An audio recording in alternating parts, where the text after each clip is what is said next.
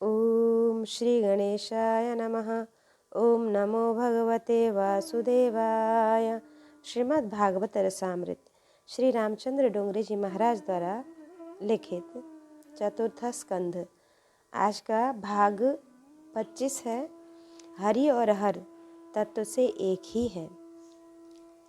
मनोस्तु शतरूपायां तिस्त्रः कन्याश्च जज्ञिरे आकुतिर्देवहूतिश्च प्रसूति विश्रुतः। परमात्मा श्री कृष्ण के हृदय में तप का निवास है। तप ही परमात्मा का हृदय है। मानवेतर प्राणी तप नहीं कर सकता है। पशु पक्षी अज्ञान में रहते हैं। पशु पक्षी शरीर को ही आत्मा मानते हैं। आप सब जानते हैं कि इस शरीर से भिन्न मैं हूँ।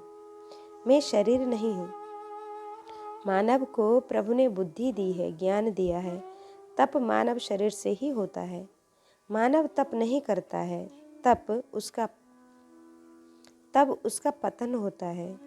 तप नहीं करे तो पतन हो जाता है। तप शब्द का उल्टा करके पत होता है। जब मानव तप नहीं करता तब उसका पतन होता है। सुवर्ण अग्नि में शुद्ध होता है, उसी तरह तप से मन शुद्ध होता है। दुख सहकर भक्ति करना तप है। प्रभु आपको बहुत सम्मति दें, पर आप बहुत सम्मति का भोग न कीजिए। अति सुख का भोग न कीजिए। अति सुख भोगने वाले का पतन होता है। अति सुख भोगने वाले के तन और मन दोनों बिगड़ते हैं। कई लोग ऐसा समझते हैं, यह सब मैंने कमाया है, मैं क्यों अधिक सुख न भोग लूं। परमात्मा जिससे अधिक धन देते हैं उससे अधिक आशा रखते हैं, सोचते हैं कि यह मेरी संतान है, यह मेरी सेवा करेंगे। आपको जो कुछ मिला है वह मात्र आपके लिए नहीं है। सुख विवेक से भोगना चाहिए। सुख अन्य को भी दीजिए। जो अन्य को सुख देता है वह दुख नहीं पाता। मैं सुख भोग लूं ऐसी इच्छा रखने वाला कभी सुखी नहीं हो पाता है। दुख सहन करके भक्ति करना, मौन रहकर भगवान के नाम का जप करना ही तप है। हमारे शास्त्रों में तप की अनेक परिभाषाएं दी गई हैं। किसी भी प्रकार के तप में दुख सहन करना पड़ता है। दुख सहन किए बिना तप नहीं होता। गीता जी में प्रभु ने अर्जुन को एक ऐसा तप बतलाया है कि तप करते समय जरा भी दुख सहन नहीं करना पड़ता। एक पैसे का खर्च भी नहीं होता और अतिशय पुण्य मिलता है। तप करने वाले का जिससे कल्याण होता है, ऐसा एक दिव्य तप बतलाया। वह तप है कि सर्व के प्रति सद्भाव रखिए। भावः संशुद्धि रित्ते तपो मान समुच्यते। भाव शुद्धि अर्थात सद्भाव। सत शब्द का अर्थ है परमात्मा। सर्व में सद्भाव अर्थात भगवान में भाव रखें। सर्व के प्रति सद्भाव रखने वाला महान तप करता है। किसी के प्रति बुरा विचार न रखिए। किसी के लिए बुरे शब्द न बोलिए। प्रत्येक में सद्भाव रखिए। प्रत्येक में भगवान भाव सिद्ध करिए। जो आपकी निंदा कर रहा है, जिसने आपका बहुत नुकसान किया है, जो आपको हमेशा त्रास देता है, उस जीव के प्रति सद्भाव रखिए। आज से ऐसा निश्चय कीजिए कि इस जगत में मेरा कोई शत्रु नहीं है। किसी ने मेरा कुछ नहीं बिगाड़ा है। किसी ने मुझे जरा भी दुख नहीं दिया है। मेरे दुख का कारण मेरा पाप है। वस्तुतः जगत में कोई आपका शत्रु नहीं है। आपका शत्रु आपके मन में है। मन में बैठा काम आपका शत्रु है। मन में बैठा अभिमान आपका शत्रु है। बाहर के एक शत्रु को मारेंगे तो अन्य 10 खड़े हो जाएंगे। भीतर के शत्रु को मारेंगे तो जगत में कोई आपका शत्रु ही नहीं रह जाएगा। सर्व के प्रति सद्भाव रखने वाले को सत्कर्म का अधिकार मिलता है। किसी मानव के लिए कुभाव न रखिए। किसी को भी काम भाव से न देखिए। जगत के प्रत्येक स्त्री पुरुष को सद्भाव से देखिए। कुभाव अर्थात काम भाव, सद्भाव अर्थात ईश्वर का भाव। किसी का भी कुभाव से चिंतन करने से मन बिगड़ता है। सर्व के प्रति सद्भाव अर्थात भगवत भाव स्थिर करिए। ब्राह्मण कभी नहीं कहते हैं कि मेरे परिवार को सुखी करिए, मेरी संतान को सुखी करिए। ब्राह्मण सत्कर्म करने पर प्रभु को कहते हैं सर्वत्र सुखिनः सन्तु। वे चाहते हैं कि जगत में कोई भूखा न रहे, जगत में कोई किसी का बुरा न चाहे। सभी को सुखी करने की भावना सनातन धर्म में है। आप सभी में सद्भाव रखिए। कई लोग ऐसे हैं कि ठाकुर जी की पूजा करने के बाद हाथ जोड़कर कहते हैं कि मेरी संतान को सुखी रखना, मेरे बच्चों को सुखी रखिए। ऐसी प्रार्थना गलत है। पर कई तो प्रभु को ऐसा भी कहते हैं कि मेरे शत्रु का सर्वनाश करना, मेरे शत्रु दुखी हो जाएं, ऐसा करना। ऐसा सोचना गलत है, अनुचित है। जगत में कोई आपका शत्रु नहीं है। आप किसी भी सत्कर्म को करते हैं तब प्रभु के समक्ष आपको प्रतिज्ञा करनी पड़ती है कि इस जगत में मेरा कोई शत्रु नहीं है, मैं किसी का शत्रु नहीं हूँ। अपकामन्तु भूतानि पिशाचस् सर्वतो दिशां सर्वेषामपि विरोधेन ब्रह्म कर्मं समारभेत। सत्कर्म में मुख्य भाव है, क्रिया गौड़ है। मानव को कैसे भाव से सत्कर्म करना है भगवान यही देखते हैं। जो सद्भाव रखते हैं उनके कार्य सफल होते हैं। धर्म भी कुभाव से करने पर अधर्म हो जाता है। आप किसी के लिए बुरा विचार करेंगे तो वह जीव भी आपके लिए बुरा ही विचार करेगा। शरीर सबके अलग अलग हैं, पर अनेक शरीरों में ईश्वर तो एक ही है ना। जो परमेश्वर आपके शरीर में विराजमान है वही अन्य किसी के शरीर में भी विराजमान है। पुष्पों की माला में अनेक पुष्प हैं, पर धागा तो एक ही है। जिस तरह एक धागे में अनेक पुष्प हैं, उसी तरह एक ही ईश्वर के आधार पर यह सभी कुछ टिका हुआ है। सभी में भगवान एक ही है। आप सभी के प्रति सद्भाव रखेंगे तो लोग आपके प्रति सद्भाव रखेंगे। कुभाव मन बिगाड़ता है। एक गांव में एक सेठ और राजा की मैत्री थी। सेठ वैष्णव था और राजा भी वैष्णव था। राजमहल में ठाकुर जी की सेवा थी। सेठ सत्संग करने जाते थे। सेठ का चंदन का व्यापार था। एक बार ऐसा हुआ कि व्यापार में बहुत नुकसान हुआ। 2-3 वर्ष इस तरह से नुकसान उठाने पड़े। सेठ घबरा गए। बड़ा परिवार था, पालन पोषण की जिम्मेदारी सिर पर थी। उन्होंने मुनिम से पूछा कि अब इस वर्ष क्या होगा। मुनिम ने कहा, माल खराब हो रहा है, चंदन को दीमक खा रही हैं, कोई खरीदने नहीं आता है, अब दुकान बंद करनी पड़ेगी। सेठ घबरा गए कि अब मेरा क्या होगा, दीमक लगा चंदन कौन लेगा। सेठ ने सोचा कि ठाकुर जी दया करें और राजा को कुछ हो जाए तो उसे जलाने में यह दीमक लगा चंदन काम आ जाए। सेठ ने राजा के लिए बुरा विचार किया। राजमहल में राजा ठाकुर जी की सेवा में था। आज सेवा करते करते उसके मन में भी सेठ के लिए खराब विचार आया। वह सोचने लगा कि इस सेठ को मारना चाहिए, उसे सजा देनी चाहिए। सेठ कपटी है, वह बातें भगवान की करता है किंतु वह प्रपंची है। राजा का मन भी बिगड़ा। मन बिगड़ जाने पर भक्ति में आनंद नहीं आता है। भक्ति में तन और धन गौड़ है। भक्ति में मन ही मुख्य है। मन जरा भी बिगड़ने न लगे। मन में एक भी खराब विचार न आने पाए, इसका ध्यान रखिए। कई लोग ऐसे हैं कि सेवा करते करते प्रभु के नाम के जप में अगर आंखों में आंसू आ जाए तो मानने लगते हैं कि आज सेवा अच्छी हुई है, आज भक्ति में आनंद आ गया। किंतु आज राजा का मन पत्थर जैसा जड़ हो गया, मन बिगड़ गया है। आज हृदय द्रवित नहीं हुआ, आंखें गीली नहीं हुई। राजा ने भावात्मक के स्थान पर क्रियात्मक सेवा की। सेठ राजा के घर सत्संग करने गए। राजा ने कहा कि आज मैंने सेवा की पर मेरे सेवा में आनंद नहीं आया। रोज ठाकुर जी की सेवा में आनंद आता था, हृदय द्रवित होता था, तन्मयता आती थी। आज ऐसा कुछ नहीं हुआ। आज मेरा मन बिगड़ा हुआ था। आपके लिए मेरे मन में बुरे विचार आ रहे थे। राजा ने सोचा कि मन में से पाप निकाल दूं। मैं अपने मन में पाप छिपाना नहीं चाहता, पाप मन में छिपाएंगे तो वह मन में घर कर लेगा, फिर वह जल्दी नहीं निकल सकेगा। पाप मन में छिपाएंगे तो वह मन के घर में ही रहेगा, फिर वह जल्दी नहीं निकल सकेगा। पाप सबके समक्ष प्रत्यक्ष करके बाहर निकालिए। सेठ ने कहा कि आज मेरा मन भी बिगड़ा था। आपके लिए मेरे मन में भी बुरे विचार आ रहे थे। मेरा धंधा व्यापार नहीं चल रहा है। मुझे ऐसा हुआ कि आपको कुछ हो जाए तो अच्छा। दोनों ने अपने बिगड़े मन का इकरार किया। राजा ने सेठ को सजा नहीं दी, पर प्रेम से उपालंब दिया। आप वैष्णव होकर ऐसे बुरे विचार क्यों करने लगे थे? आपके मन में ऐसा विचार पवित्र क्यों नहीं आया कि मैं राजा से कहूँगा कि यह चंदन आपको लेनी ही पड़ेगी।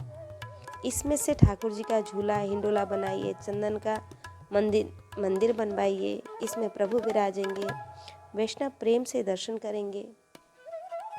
सेठ ने कहा कि मेरी बुद्धि भ्रष्ट हो गई थी।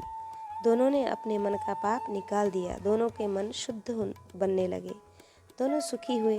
यह संसार भावमय है। जिसके मन में जैसे भाव हों, उन्हीं भावों के अनुसार वह सृष्टि उत्पन्न करता है। शुद्ध हृदय वाले ब्राह्मण को सुंदर स्त्री देखकर लक्ष्मी का स्मरण हो आता है और वह मन से उसे प्रणाम करता है। स्त्री के भीतर स्थित परमात्मा उसे आशीर्वाद देते हैं। कुदृष्टि से देखने से उसके भीतर स्थित ईश्वर शाप देते हैं। धर्म में क्रिया को बहुत महत्व नहीं दिया जाता है। क्रिया करने वाले के मन में कैसे भाव हैं, इसका ही महत्व है। चतुर्थ स्कंद में पहला प्रकरण धर्म है। धर्म नामक प्रकरण में दक्ष प्रजापति के यज्ञ की कथा है। दक्ष कर्मकांडी हैं, पर वे तत्व ज्ञान को नहीं पहचानते हैं। मनु भगवान की कन्या प्रसूति का दक्ष के साथ विवाह हुआ है। उससे 16 पुत्रियां हुई हैं। उनमें से 13 का धर्म से, 1 का अग्नि से, 1 का पितृगण से और 16वीं कन्या सती का शिवजी से विवाह हुआ है।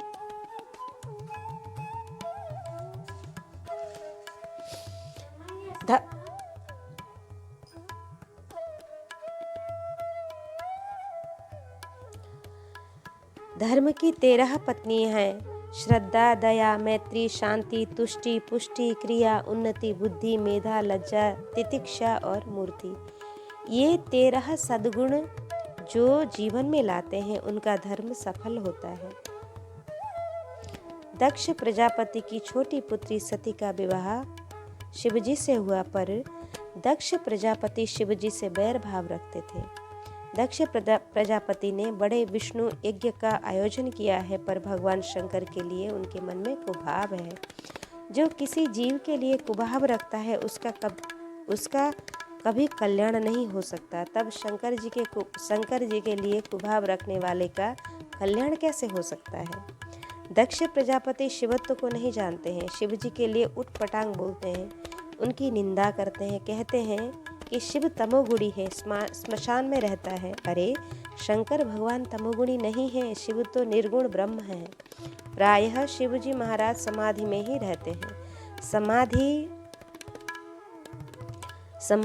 समाधि से जागते हैं, तब राम एवं कृष्ण की कथा करते हैं। कथा पूर्ण होने पर पुनः समाधि में बैठ जाते हैं। समाधि और कथा ये 2 ही शिव के काम हैं। भगवान शंकर तीसरा कोई काम करते ही नहीं है। शिव जी तमोगुणी होते तो समाधि लगा ही नहीं करते, समाधि में ही नहीं रहते वे। कई लोग ऐसा मानते हैं कि ब्रह्मा जी रजोगुणी हैं, विष्णु भगवान सत्वगुणी हैं और शिव तमोगुणी। भगवान शंकर को तमोगुणी समझने वाले अज्ञानी हैं। शिव जी के मस्तक पर गंगा जी हैं। शिव जी शुद्ध सत्वमय हैं, आनंदमय हैं। शिव जी को तमोगुण स्पर्श भी नहीं कर सकता। ये सभी देव गुणों को नियंत्रण में रखकर लीला करते हैं। ब्रह्मा जी जब जगत को उत्पन्न करते हैं, तब रजोगुण को स्वीकार करते हैं, पर अभी ब्रह्मा जी रजोगुणी नहीं हैं, अभी वे शुद्ध सत्वगुण में हैं। ब्रह्मा जी नारायण का ध्यान करते हैं। सृष्टि के प्रारंभ में ब्रह्मा जी रजोगुण को स्वीकार करते हैं। प्रलय काल में भगवान शंकर जब जगत का विनाश करते हैं, तब तमोगुण को स्वीकार करते हैं। कई लोग भगवान विष्णु को मात्र सत्वगुणी मानते हैं। अरे, विष्णु भगवान भी हिरण्याक्ष को मारते ही है ना, तब वे क्रोधित होते हैं। विष्णु भगवान मात्र सत्वगुणी होते तो क्या क्रोधित हो सकते थे? जब देव लीला करते हैं तब एक एक गुण को नियंत्रण में रखकर करते हैं, वे किसी गुण के अधीन नहीं होते। यह जीव एक एक गुण के अधीन हो जाता है। अभी कथा में आप सब सत्वगुण में हैं, भगवान के समान ही हैं। अभी आप में सत्वगुण है, पर कथा पूर्ण होने के बाद सत्वगुण रहेगा कि नहीं, यह शंकास्पद है। जैसे ही कथा समाप्त होती है सभी को घर याद आता है कि मुझे जल्दी घर पहुंचना है। कथा पूर्ण होने के बाद सत्वगुण नहीं रहता, रजोगुण आ जाता है, मन चंचल हो जाता है। कथा से घर जाने के लिए तैयार हुए कि देखा कि जूते कोई ले गया है, आप तुरंत रजोगुण से तमोगुण में आ जाते हैं। यह जीव एक एक गुण के अधीन है, देव एक एक गुण को नियंत्रण में रखते हैं। दक्ष प्रजापति अज्ञानी है, वे समझ रहे हैं कि शिव तमोगुणी है। भागवत में अनेक बार ऐसा वर्णन आया है कि भगवान शंकर परमात्मा है, वे तीनों गुणों से परे हैं, ब्रह्म रूप हैं, आनंद रूप हैं। शिव स्वरूप को प्रजापति दक्ष नहीं जान पाते हैं, वे उटपटांग बोलते हैं, बड़ा विष्णु यज्ञ किया है और भगवान शंकर की पूजा नहीं कर रहे हैं। कई लोग अनन्य भक्त का ऐसा अर्थ करते हैं कि एक ही देव को मानना और अन्य देवों को नहीं मानना ही अनन्य भक्ति है।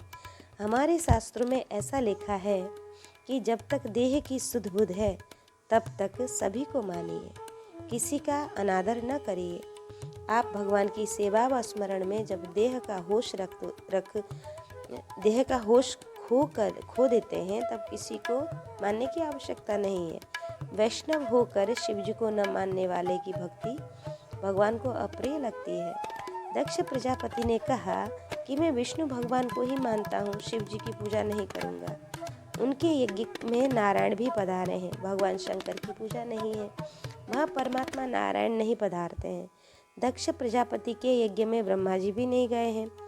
यह यज्ञ दक्ष प्रजापति की मृत्यु का कारण बन गया है। मन को कलुषित करने के लिए भक्ति करनी होती है क्या? राग द्वेष बढ़ाने के लिए भक्ति करनी है क्या? अनन्य भक्ति का वर्णन है, वहाँ पतिव्रता स्त्री का दृष्टांत दिया गया है।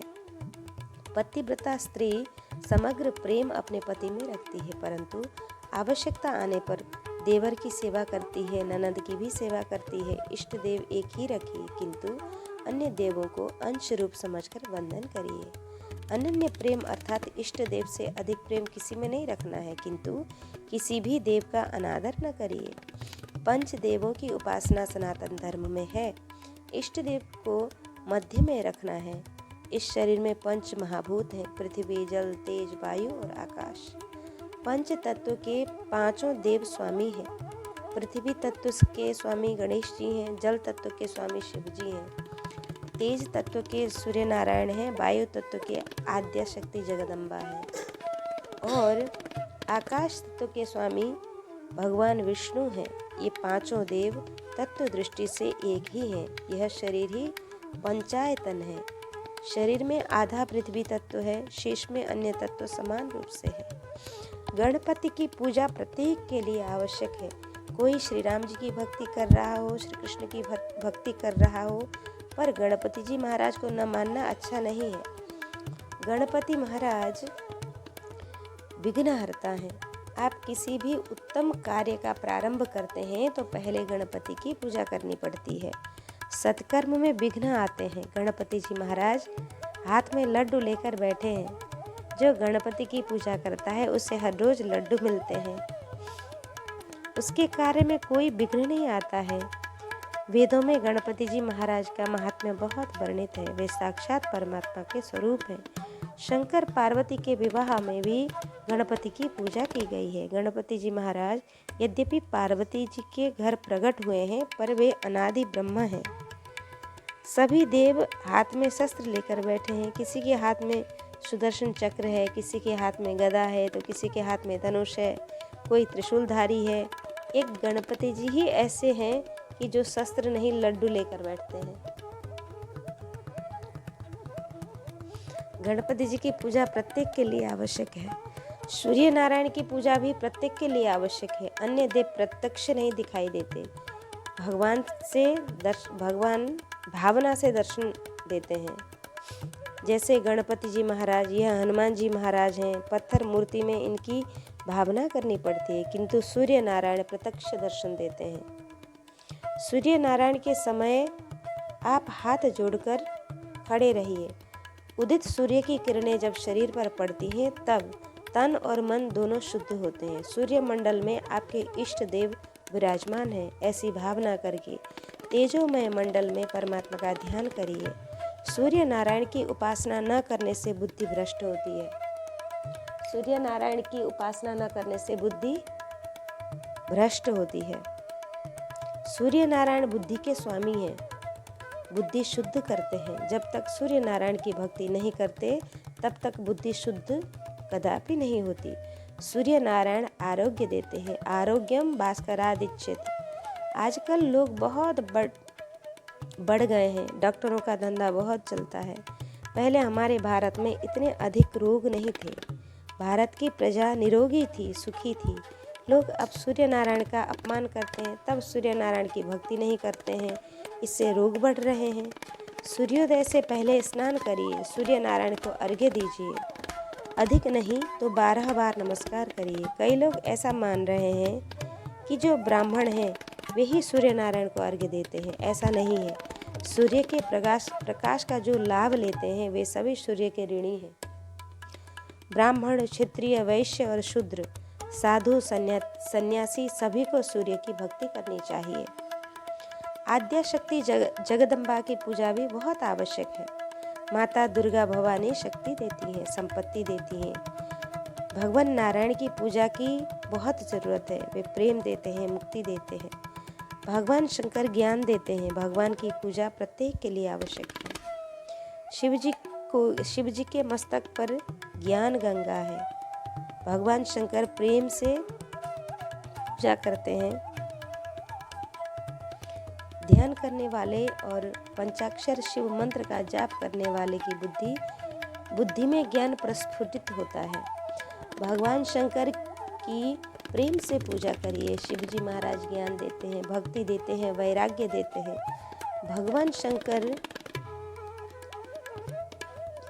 शंकर की पूजा बहुत सरल है।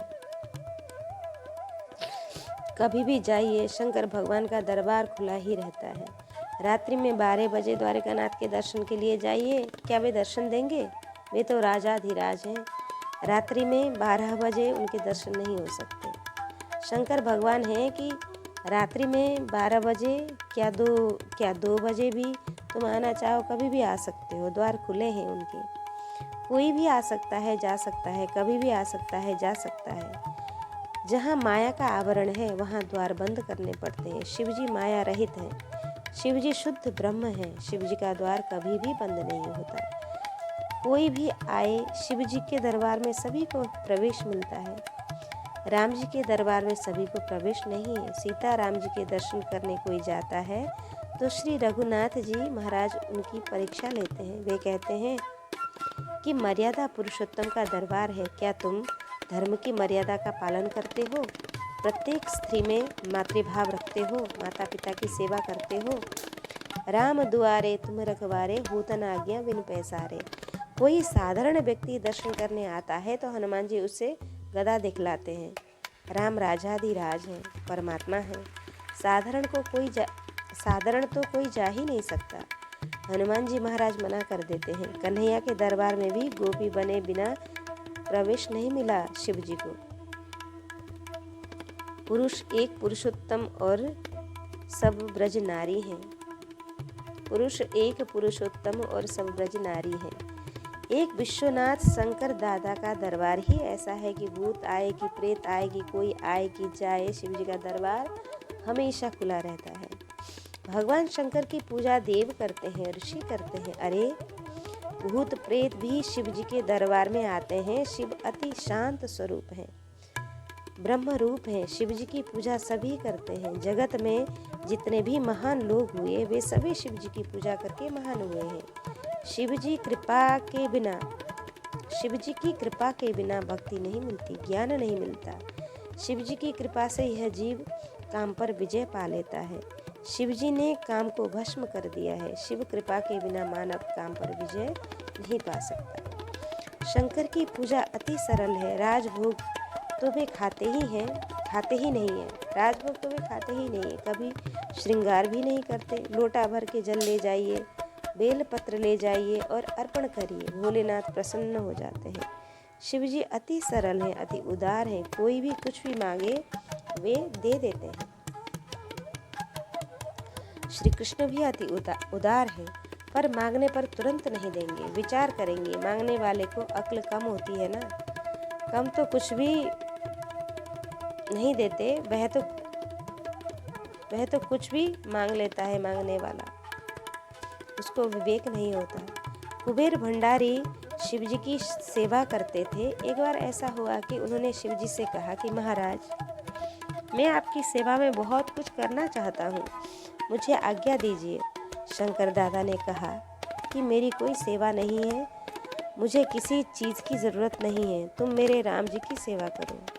श्री राम मेरे स्वामी हैं, मेरे इष्ट देव हैं, श्री कृष्ण भगवान की तुम सेवा करो, मुझे कुछ नहीं चाहिए। कुबेर ने कहा, महाराज, इनकी सेवा तो करता ही हूँ, मैं आपके लिए कुछ खर्च करना चाहता हूँ, आपकी सेवा करना चाहता हूँ। शिवजी महाराज कुछ भी नहीं लेते हैं। जगत को जिन चीज़ों की ज़रूरत है शिवजी उनका त्याग करते हैं। घर में एक ही गुलाब का फूल है तो विचार आता है कि किससे अर्पण करूं, गणपति देव को कि हनुमान जी को, कि देव अनेक हैं फूल एक ही है। शंकर भगवान कहते कि मुझे गुलाब के फूल पसंद नहीं है, तुम मुझे धतूरे के फूल चढ़ा दो, मुझे वही प्रिय है। गुलाब के लिए कदाचित कोई विवाद हो तो धतूरे के लिए कौन विवाद करेगा। जगत को जिन चीज़ों की आवश्यकता है शंकर जी उनका त्याग कर देते हैं।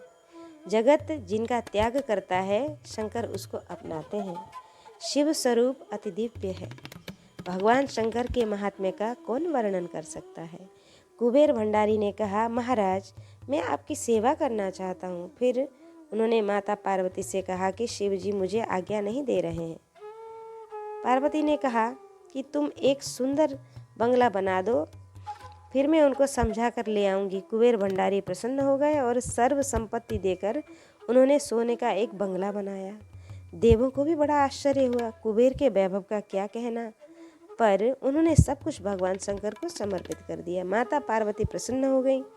माता जी ने शंकर भगवान से कहा, उसने सुंदर बंगला बनवाया है, उसकी भावना है, थोड़े दिन आप वहाँ विराजिए, आपके लिए तो सब कुछ समान है। भगवान शंकर ने कहा, बंगला बहुत सुंदर है, इससे जल्दी न करिए, वास्तु पूजा किए बिना वहाँ कैसे रहेंगे, वास्तु पूजा करनी ही पड़ती है। वह रावण ब्राह्मण का पुत्र था, शिव जी की त्रिकाल पूजा करता था। शिव जी ने उससे पूछा, भाई तुम वास्तु पूजा करना जानते हो। रावण ने कहा, हाँ महाराज, मैं वेद पढ़ा हूँ। रावण वेद पढ़ा था। रावण बना पुरोहित और शिव जी हुए यजमान। रावण ने वास्तु पूजा कर दी, पर वह लालची था। बंगला देखकर उसकी नीयत बिगड़ गई। शिव जी ने कहा, आपकी जो दक्षिणा हो वह मांग लीजिए। रावण ने कहा, यह बंगला जो आपने अपने लिए बनवाया है मुझे दक्षिणा में दे दीजिए। शिव जी ने सोने की लंका रावण को दे दी। रावण को लगा ये तो भोले हैं, जो मांगते हैं वही दे देते हैं। इससे उसने कहा, महाराज, सोने की लंका मुझे दे तो दी, पर मैं कुछ और भी मांगूं तो क्या आप देंगे।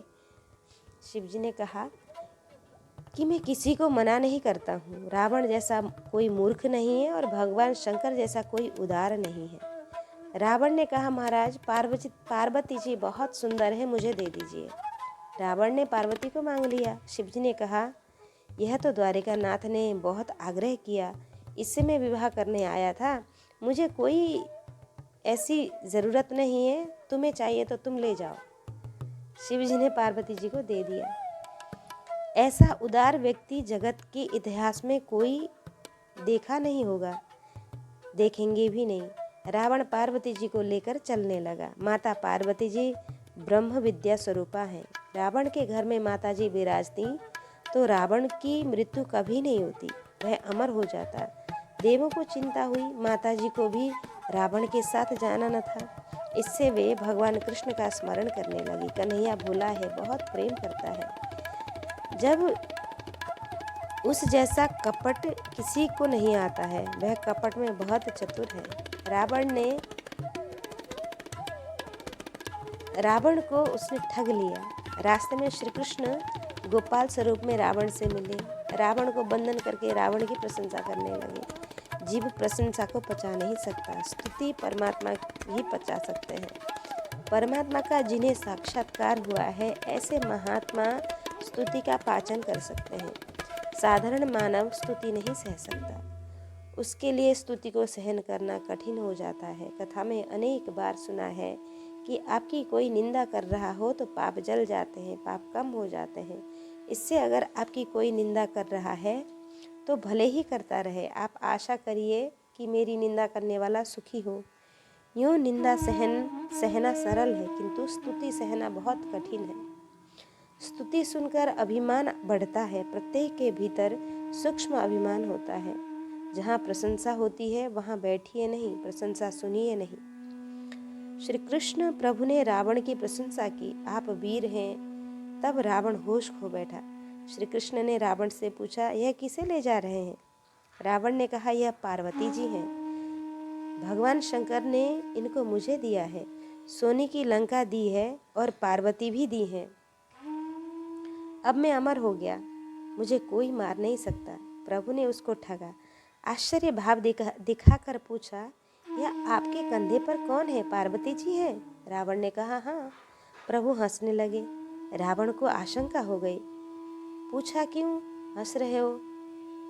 भगवान ने कहा, यह पार्वती जी हूँ ऐसा नहीं लगता, यह तो पार्वती की दासी सी लगती है। मैंने सुना है कि शिवजी पार्वती जी को पाताल में छिपा कर रखते हैं। उन्होंने तुम्हें पार्वती नहीं, पार्वती की दासी दी है। पार्वती माता का श्रीअंग ऐसा पवित्र है कि उसमें से कमल की सुगंध आती है। कमल की सुगंध आती हो तो पार्वती होंगी, नहीं तो पार्वती नहीं होंगी। माता जी को रावण के साथ जाना नहीं था, इससे माता जी ने श्रीअंग से दुर्गंध प्रसारित किया। कमल की सुगंध नहीं आती है, ऐसा जानकर रावण को विश्वास हो गया कि यह पार्वती नहीं है, यह पार्वती की दासी है। वह उन्हें रास्ते में छोड़कर चल पड़ा। दक्षिण भारत में गोकर्ण महाबलेश्वर की यात्रा जिन वैष्णवों ने की है, उन्हें मालूम है कि गोकर्ण महाबलेश्वर से 3-4 मील की दूरी पर दैवयापति जगदम्बा पार्वती का स्नान है। दैवयाबती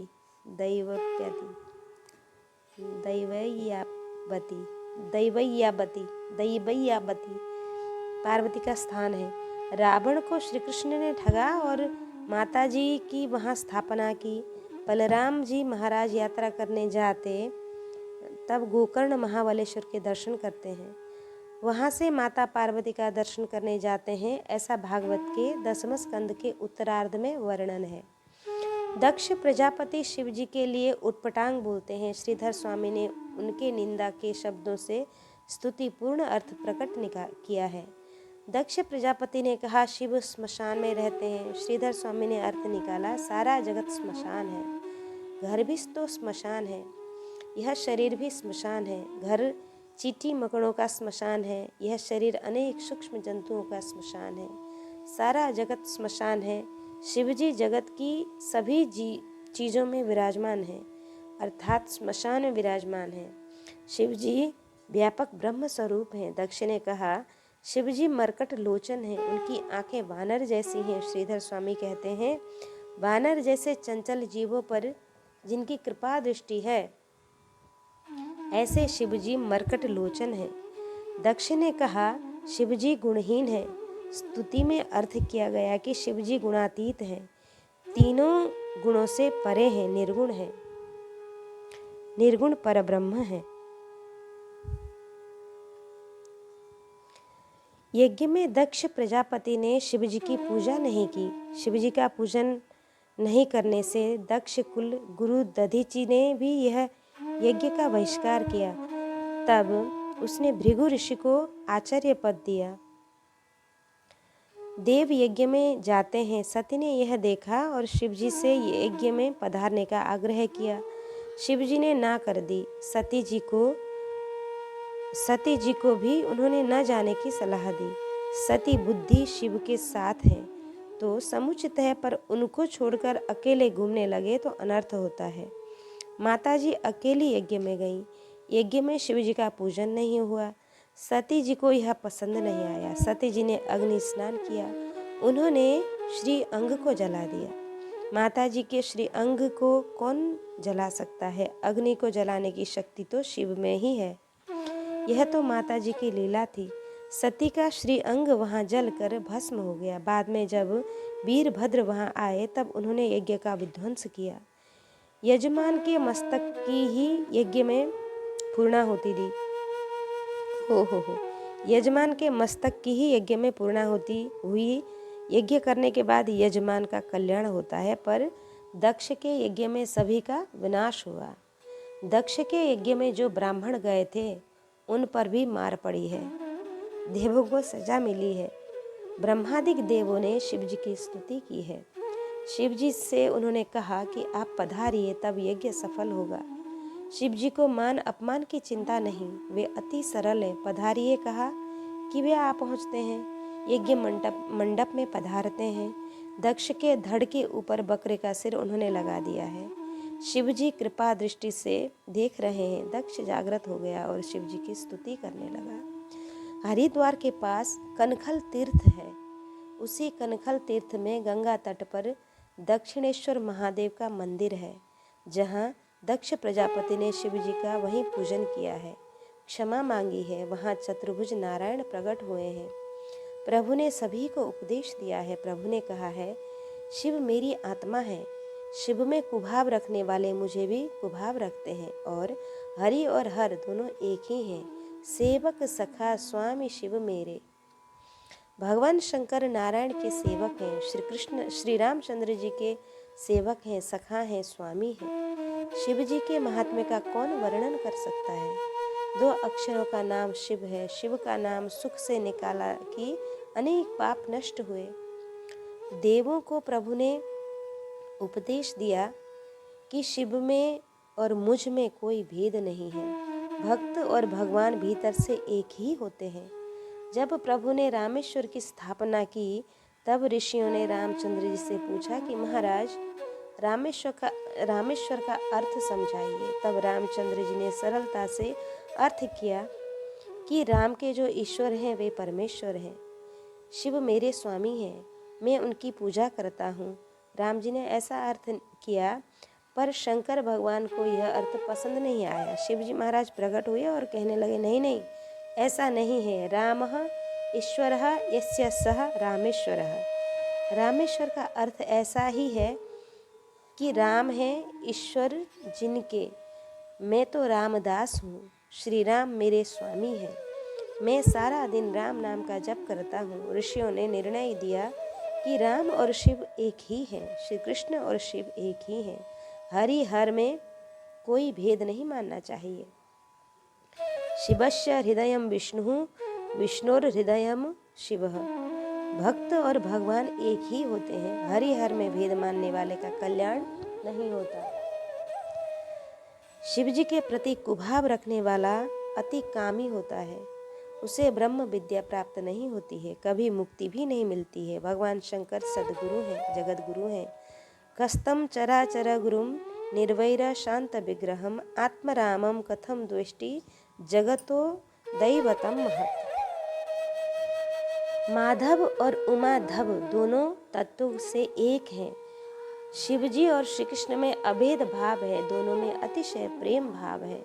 ऐसा प्रेम भाव वैष्णव और शैव में परस्पर रहना चाहिए। प्रभु ने सभी को यह उपदेश दिया है।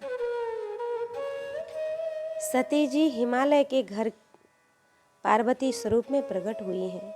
माता जी ने तपश्चर्या की। उन्होंने चाहा कि शंकर भगवान मेरे पति हों। विवाह से पहले ही शिवजी ने काम को जलाकर भस्म कर दिया था। जब जीव विवाह करने जाता है तब काम उसके नीचे सर चढ़कर बैठ जाता है। भगवान शंकर जब विवाह करने जाते हैं तब काम को भस्म करके गए हैं। प्रभु ने भगवान नारायण भगवान नारायण ने कहा कि आप विवाह करने जाइए। इससे शिवजी महाराज विवाह करने जाते हैं। नारद जी द्वारा हिमालय को समझाया गया। पार्वती के साथ विवाह निश्चित हुआ है। सभी ऋषि और देव कैलाश धाम आए हैं। साधारणतः भक्त भगवान का श्रृंगार करते हैं, पर कभी प्रभु के हृदय में ऐसा भाव जागता है कि भगवान भक्त का श्रृंगार करें। भगवान का मन है कि शिव जी का श्रृंगार करें। उन्होंने शिव जी से कहा, आप पीताम्बर पहनिए, अपना बाघाम्बर मुझे दीजिए, अपनी वैजयंती माला मैं आपको पहनाता हूँ। आज आपका विवाह है, आप श्रृंगार करिए। शंकर दादा ने कहा, शरीर का श्रृंगार कौन करता है? मैं तो शरीर को सादा रखता हूँ। श्रृंगार राम जी को फबता है, बाल कृष्ण को श्रृंगार फबता है। शिव जी बोले कि श्रृंगार नहीं करना मुझे। जिस कलश में पच्चीकारी होती है उसमें मिट्टी भर दी जाती है। शरीर का श्रृंगार नहीं करना चाहिए। शिव जी वैराग्य का आदर्श दिखाते हैं। वे मानते हैं कि यह शरीर तो भस्म है, हमारा सादा श्रृंगार अच्छा है। बाघाम्बर उन्होंने ओढ़ा है, श्री अंग में भस्म धारण किया है, उनके गले में रुद्राक्ष की माला है, हाथ में सर्प त्रिशूल है। प्रभु ने सोचा कि इन वर राजा को कौन कन्या देगा? ऐसे वर को कौन कन्या देगा? कैसा श्रृंगार है इनका? प्रभु ने कहा कि महाराज, विवाह में विघ्न आएगा तो आपकी बेइज्जती होगी। शंकर दादा ने कहा, मेरी क्या बेइज्जती? आपने विवाह पक्का किया है, बेइज्जती तो आपकी होगी। मैं तो निर्विकार हूँ। परमात्मा की बहुत इच्छा है कि शंकर भगवान श्रृंगार करें, पर शिव जी नहीं मानते हैं। भगवान ने नारद जी को साथ लिया। बोले कि नारद, तुम कुछ युक्ति करो, शिव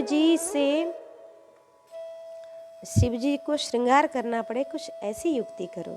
नारद जी ने कहा कि शायद मैं कोई युक्ति निकाल सकूं, पर कदाचित शिव जी नाराज हो जाएं तो मैं आपका नाम ले लूँगा। भगवान ने कहा, अच्छी बात है, मेरा नाम ले लेना, कोई बात नहीं। नारायण नारायण करते हुए नारद जी हिमालय के घर पहुँचे। वहाँ बड़ा मंडप बांधा गया है जहाँ जगत माता पार्वती प्रकट है। वहाँ के वैभव का वर्णन कौन कर सकता है। बड़े बड़े महात्मा हिमालय के घर पधारे हैं। जगत माता पार्वती के प्रकट होने से हिमालय का महात्म्य बहुत बढ़ गया है। जो पार्वती जी हैं, उनकी माता का नाम मेना देवी है। मेना देवी पुत्री के विवाह की तैयारी में लगी हुई हैं। नारद जी के आगमन से मेनका देवी प्रसन्न हुई। कहने लगी कि पुत्री का विवाह है, आपको 8-10 दिन रहना पड़ेगा। नारद जी ने कहा, विवाह में हमें प्राय कोई बुलाते नहीं है, पर आपका प्रेम है तो मैं रहूँगा। आपने किसके साथ कन्या का विवाह निश्चित किया है? मेनका ने कहा, बड़े से बड़े देव महादेव को कन्या दी है। नारद जी हंसने लगे। मेनका को शंका हुई, जमाई का नाम सुनकर नारद क्यों हंसने लगे? नारद जी ने पूछा, सासू जी, कभी जमाई के दर्शन किए हैं आपने, हुए हैं कि नहीं? मेनका ने कहा, ना जमाई राजा को देखा है, ना उनका घर परिवार के बारे में सुना है, पर हाँ, प्रशंसा बहुत सुनी है। नारद जी ने पूछा, अपने जमाई को देखना नहीं चाहती हो आप? मेनका ने कहा, हाँ, देखने की तो बहुत इच्छा है। नारद जी ने कहा, चलिए मैं आपको दिखला देता हूँ। जिस मार्ग से बारात आ रही थी, उसी मार्ग में वृक्ष के पीछे नारद जी मेनका देवी को लेकर खड़े हो गए। शिव जी की बारात है, सभी देव ऋषि आए हैं।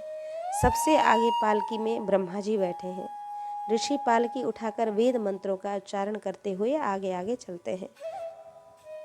मेनका देख रही हैं कि पालकी में ये जो बैठे हैं कैसे देख रहे हैं। नारद जी से पूछा, यह जो पालकी में बैठे हैं मेरे जमाई के क्या लगते हैं? पिता होते हैं, दादा होते हैं? नारद जी ने कहा, आपका जमाई ऐसा है कि उसकी कोई माता नहीं, पिता नहीं है, और माता पिता नहीं है तो दादा कहाँ से होंगे?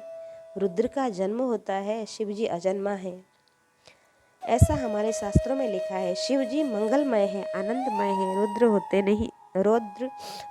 रोते नहीं है। शिव जी का तामस रूप रुद्र स्वरूप में प्रकट हुआ है, रुद्र का जन्म हुआ है।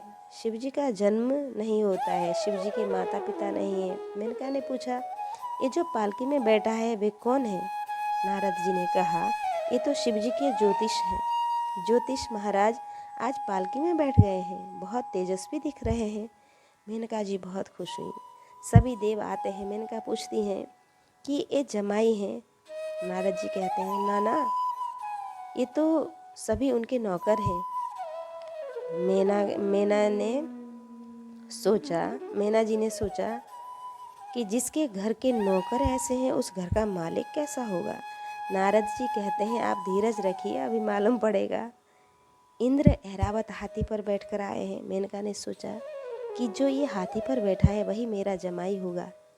नारद जी ने कहा, ना ना, यह तो घर का हिसाब रखने वाला आज हाथी पर चढ़कर आ गया है। आज सभी बहुत खुश हैं, आनंद से हैं। मेनका ने कहा, मुनीम हाथी पर बैठा है तो स्वामी कहाँ बैठा होगा? नारद जी ने कहा, अभी तुम्हें सब मालूम पड़ जाएगा। भगवान नारायण भी पधारे। मेनका जी ने नारद जी से पूछा कि क्या ये जमाई है? नारद जी ने कहा, ना ना, ये तो तुम्हारे जमाई के मित्र हैं, सब कुछ इनके हाथ में है, इनकी इच्छा से सब कुछ होता है। फिर शंकर दादा की सेना आई। भूत प्रेत पिशाचगण ब्रह्म राक्षस, कई 2 सिरों वाले, कई 4 हाथ वाले, कईयों का सिर ही नहीं है, मात्र धड़ चल रहा है, तो कोई नग्न दिगंबर है। शिव जी के दरबार में सभी आते हैं। नाम ही है विश्वनाथ। विश्व अर्थात जगत। जगत में सब अच्छा नहीं है और बुरा भी नहीं है, शुभ और अशुभ दोनों का मिश्रण ही जगत है। जगत के नाथ शिव जी, इससे उन्हें विश्वनाथ कहते हैं। भगवान शंकर श्री अंग में चिताभस्म धारण करते हैं। आप उज्जैन गए होंगे, महाकाल की पूजा प्रातः जब होती है, हमारे शास्त्रों में लिखा है कि चिताभस्म अति अपवित्र है। शिव स्पर्श से चिताभस्म पवित्र हो जाती है। चिताभस्म अति अपवित्र है। श्री गंगा माता अति पवित्र है, इसलिए गंगा जी के समान कोई पवित्र नहीं है। शिव जी के ऊपर गंगा जी हैं तथा श्री अंग में चिताभस्म है। पवित्र और अपवित्र, शुभ और अशुभ दोनों का आधार शिव है, इससे उन्हें विश्वनाथ कहते हैं। उनके गले में विष है, मस्तक में अमृत है। जगत में विष और अमृत दोनों हैं। विष और अमृत दोनों के आधार शिव हैं, इसी से उन्हें विश्वनाथ कहते हैं। शिव जी के दरबार में सभी आते हैं, देव ऋषि भूत प्रेत नागा लोग सभी आते हैं। शिव कृपा से काम का विनाश होता है। वस्त्र जिस तरह शरीर को ढकता है, बादल जिस तरह सूर्य को ढकता है, उसी तरह वासना परमात्मा के स्वरूप को ढक देती है। शिव कृपा से जीव वसनहीन बनता है, अर्थात वासना रहित बनता है। शिव जी पूर्ण निष्काम है, निर्विकार है। शिव जी नंदिकेश्वर पर विराजमान है। वे विवाह करने जाते हैं, पर उनके हाथ में माला है। श्री राम जप चल रहा है। हृदय में राम सुख, मुख में राम का नाम विनाश करके हृदय में राम को रख कर, हृदय में राम, मुख में राम, काम का विनाश करके हृदय में राम को रख कर शिव जी विवाह करने जाते हैं। मस्तक में गंगा जी। नारद जी ने मेना से कहा, यह जो बैल पर बैठा है ना, यह तुम्हारा जमाई है। मेना को बहुत कष्ट हुआ, बहुत दुख हुआ। मेरी पुत्री अतिशय सुंदर है, मेरे पति ने कुछ भी नहीं सोचा। नारद जी समझाने लगे, ऐसे को कन्या देने के बदले तुम अपनी कन्या को लेकर कुएं में डूब मरो। ऐसे को कन्या दी जाती है कहीं? मेना जी ने कहा, महाराज अब सब तय हो गया है। नारद जी ने कहा, तय तो हो गया है तो क्या हुआ, ये वापस जाएंगे। मैं उत्तम वर, अच्छे से अच्छा वर ले आऊंगी। तुम्हारी कन्या की चिंता अब मुझे है। ऐसे को कन्या देना उचित नहीं है। तुम कन्या को लेकर भीतर बैठ जाओ, द्वार बंद रखना। मीना जी रोने लगी, सोचने लगी कि पुत्री कैसी सुंदर है और जमाई कैसा है। माता पार्वती मन में मंद मंद मुस्कुराती हैं, यह सब लीला है। शिवजी महाराज पधारते हैं पर कोई बाहर नहीं आता है, सभी चले गए हैं, कोई स्वागत करने नहीं आता है। शिव जी को पता चला कि अब ये अपनी कन्या देना नहीं चाहते हैं। वह नारद वहाँ गया है ना, उसने कुछ गड़बड़ की होगी। शिवगण दौड़ते हुए पहुँचे और नारद को पकड़ करके ले आए। नारद जी हाथ जोड़कर खड़े हो गए हैं। शिव जी ने स्मित हास्य करके कहा, नारद, क्या तुमने मेरी बेइज्जती करने का निश्चय किया है? तुम्हारी क्या इच्छा है? नारद ने कहा, महाराज, आप जगत गुरु हैं, मेरे भी आप गुरु हैं, आपकी बेइज्जती कोई कैसे कर सकता है? मैंने जो कुछ किया है वह सब नारायण के कहने से किया है। महाराज, आप श्रृंगार क्यों नहीं करते? सबकी इच्छा है, आज तो श्रृंगार करना ही चाहिए। महाराज, आप श्रृंगार कीजिए। मैं आपसे सच सच कहता हूँ कि आप श्रृंगार करेंगे तभी विवाह होगा, और नहीं करेंगे तो फिर जय श्री कृष्ण। तब तो आप यहाँ से वापस ही पधारिए। विवाह करने आए थे, वापस जाना अनुचित होगा। शंकर दादा को श्रृंगार कराना हो तो दर्पण में क्या देखना, उनके हृदय में नारायण है। वे तो मुझे कैलाश में ही कहते थे कि श्रृंगार करिए, मेरा पीताम्बर पहनिए, अपनी वैजयंती माला आपको अर्पण करता हूँ, पर मैंने नहीं माना। शिव जी ने एक क्षण भर नारायण का ध्यान किया और तुरंत नारायण का सभी श्रृंगार शिव जी को आ गया, और शिव जी का श्रृंगार नारायण को मिलते ही चारों ओर दिव्य प्रकाश व्याप्त हो गया। दिव्य प्रकाश में से शिव प्रगट स्वरूप प्रकट हुआ है। नारद जी को आनंद हुआ। दौड़कर वे मैना के पास गए और उनको बुला कर लाए। सभी को वर बहुत पसंद आया। जीव शिव का विवाह हुआ। पार्वती पधारी, विजयमाला अर्पण की है, जय जयकार हुआ है। पार्वती जी के साथ विराजमान शिव जी को देखकर सभी को बड़ा हर्ष और आनंद हुआ है। सभी ने कहा, शिव जी, यह श्रृंगार सदैव के लिए रखिए। शिव जी ने कहा, मैं श्रृंगार सदैव रख लूं तो मेरा मन खराब हो जाएगा। शिव जी ने निवृत्ति धर्म का उपदेश दिया है। भगवान ने प्रवृत्ति का धर्म उपदेश दिया है। शिव जी ने कहा कि प्रवृत्ति छोड़कर निवृत्ति लेकर एकांत में बैठेंगे तो भगवान मिलेंगे, परंतु जिस तरह कोई व्यक्ति सारा दिन मीठा खाकर नहीं रह सकता, उसी तरह भक्ति करना कठिन है। विरक्त साधु वर्ग ऐसा कर सकता है। प्रवृत्ति को छोड़कर साधारण व्यक्ति सारे दिन 6-7 घंटे तक भक्ति कर सकता है। बाद में उसका मन कुछ और भी चाहता है। मानव के जीवन में प्रवृत्ति की ज़रूरत है और होती है। प्रवृत्ति और निवृत्ति सनातन धर्म के 2 अंग हैं। प्रवृत्ति धर्म श्री कृष्ण समझाते हैं और निवृत्ति धर्म भगवान शंकर समझाते हैं। प्रवृत्ति करिए पर अपने लक्ष्य को, परमात्मा को न भूलिए। सोचिए कि मुझे श्री कृष्ण के चरणों में जाना है, मुझे इस जन्म में ही भगवान के दर्शन करने हैं। लक्ष्य को स्थिर करके विवेक से प्रवृत्ति करिए पर फल की अपेक्षा न रखिए। निरपेक्ष होकर प्रवृत्ति करिए। अपेक्षा से अशांति का जन्म होता है। अपेक्षा होती है तब मन अशांत होता है। किसी भी प्रकार की अपेक्षा के बिना प्रवृत्ति करिए। कर्म करने का अधिकार जीव को है। कर्म का फल कितना देना और कब देना यह ईश्वर के द्वारा निश्चित होता है। निरपेक्ष होकर प्रवृत्ति करना ही प्रवृत्ति का धर्म है। निष्काम कर्म योग का आदर्श श्री कृष्ण समझाते हैं। सारा दिन प्रवृत्ति न करिए, एकांत में बैठकर ध्यान करिए, जप करिए। आपको भजनानंद मिलेगा, ब्रह्मानंद मिलेगा। निवृत्ति धर्म का आदर्श शिव जी समझाते हैं। और हरि और हर तत्व से एक ही है। हरि हर धर्म की मूर्ति है। शिव चरित्र का वर्णन कौन कर सकता है? शिव के महात्म्य या शिव तत्व का वर्णन करते करते वेद भी थक जाते हैं। शंकर भगवान पार्वती के साथ कैलाश में विराजमान हैं। बहुत संक्षेप में यह शिव चरित्र का थोड़ा भावार्थ समझाया है।